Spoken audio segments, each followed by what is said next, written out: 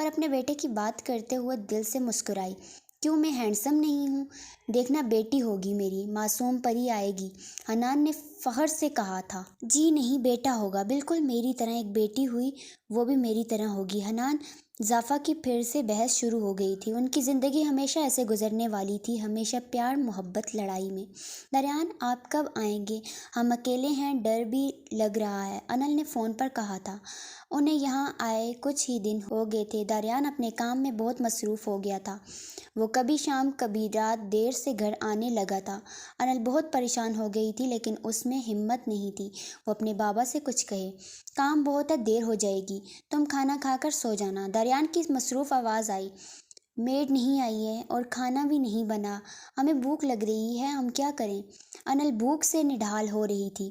کیا تم معصوم بچی ہو، خود نہیں بنا کر کھا سکتی؟ یا پھر اپنے گھر سے کچھ بھی سیکھ کر نہیں آئی؟ اتنے دن سے تمہارے نخرے دیکھ رہا ہوں، چپ چاپ کر کے کچھ پکا کر کھاؤ، میں دیر سے کھا کر آؤں گا۔ دریان غصے میں بولتا فون رکھ دیا تھا۔ دریان آپ ایسے کیوں بات کر رہے ہیں؟ ہمیں نہیں آتا کچھ بنانا۔ انل کو دریان کی بے رخی برداشت نہیں ہو رہی تھی، آنسو تیزی سے اس کی آنکھوں سے بہہ رہے تھے۔ وہ کافی دیر موبائل کو گھورتی رہی، اسے یقین نہیں آ رہا تھا دریان نے اس طرح بات کی اس سے۔ دریان برے نہیں ہیں، وہ کام بہت ہوگا اس لیے پریشان ہیں۔ ہاں ہم باہر سے کچھ کھا کر آتے ہیں۔ انل اپنے آنسو صاف کرتے ہوئے خود پر بڑبڑائی اور اٹھ کر بیگ لیا، لمبا کوٹ پہنتے ہوئے بالوں کی ٹیل پونی بنائی، خود کو تھوڑا فریش کرتے ہوئے باہر نکلی۔ کیونکہ یہاں سردی کا ہی موسم ہوتا ہے اس لیے انل خود کو اچھے سے کور کیے ہوئے باہر آ کر کیب بک کروائی۔ تمہیں نہیں لگتا تم کچھ زیادہ روڈ ہو گئے تھے؟ اس کے ساتھ بیٹھا شخص بولا تھا۔ تمہیں نہیں لگتا مجھے پیار سے پیش آنا نہیں تھا؟ یہ تو ابھی چھوٹی سی شروعات ہے۔ دریان خان نے مسکراتے ہوئے اپنی گن کو صاف کیا۔ جلدی کرو، ویسے ہی اس کے پاس کم سانسیں بچی ہیں، تمہیں دیکھ کر خود ہی مر جائے گا۔ وہ مسکراتے ہوئے اسے اسٹور روم میں لے گیا۔ پیچھے دریان خان، اوئے اٹھ دیکھ کون آیا ہے تجھ سے ملنے۔ حنان نے ظفر کو بالوں سے کھینچ کر اوپر کیا۔ وہ درد سے کراتا ہوا سامنے دیکھنے لگا۔ ڈیے، مجھے چھوڑ دو، ظفر خوف سے کانپتے ہوئے بولا تھا۔ شش، آرام سے، نام لو میرا، بول کیوں آئے تھے اس سے لینے، بول۔ ڈیے غصے میں دہاڑا تھا۔ میں سچ بتاتا ہوں، مجھے چھوڑ دو، ظفر درد سے اٹک کر بولا تھا۔ حنان نے بہت مارا تھا، اس کے اوپر گرم پانی گرایا تھا۔ تو میرے پاس جاسوسی کرنے آیا تھا، زید کے لیے کام کرتے تھے، اب وہ کہاں ہے؟ تجھے بچانے کیوں نہیں آ رہا ہے؟ بول۔ ڈیے غصے کی شدت میں غرایا۔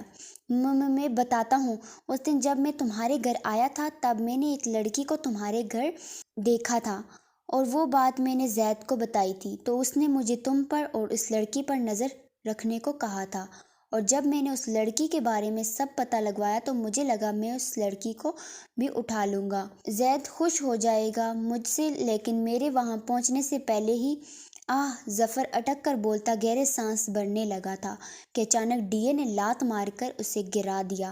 وہ چیختا اپنی موت کی بھیک مانگنے لگا۔ تم نے زندگی کی سب سے بڑی غلطی کر دی، اس لڑکی کے بارے میں سوچا بھی کیسے؟ تم کیا سمجھتے ہو میں آنکھیں بند کر کے چلتا ہوں؟ نہیں، تم لوگ مجھے اب بھی اچھے سے جانتے نہیں ہو۔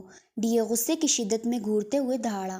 بہت کھیل لیا میری زندگی کے ساتھ، اب میں کھیلوں گا تو تمہاری نسلیں تک یاد رکھیں گی کہ ڈیے کون تھا۔ سب کو ایک موقع ملتا ہے، اس کے بعد بھی سدھرنے کے بجائے دوبارہ غلطی کر بیٹھتے ہیں، اس لیے میرے پاس دوبارہ لفظ نہیں۔ ٹھا ٹھا، ڈیے نے ایک گولی اس کے ماتھے پر دوسری دل پر چلائی اور مسکراتے ہوئے باہر نکل گیا۔ بتا کر چلاتے یار، معصوم دل رکھتا ہوں، اس کے اندر بھی دو پیارے لوگ رہتے ہیں، ڈر جاتے تو کتنا برا مار کر گیا ہے اسے۔ حنان منہ بناتے ہوئے ناک پر ہاتھ رکھ کر بولا تھا۔ بہت سکون ہے یہاں، کاش دریان بھی ساتھ ہوتے ہمارے۔ انل نے دریان کو یاد کرتے ہوئے گہرا سانس بھرا۔ کھانا کھاتے ہوئے آس پاس ماحول انجوائے کرنے لگی تھی۔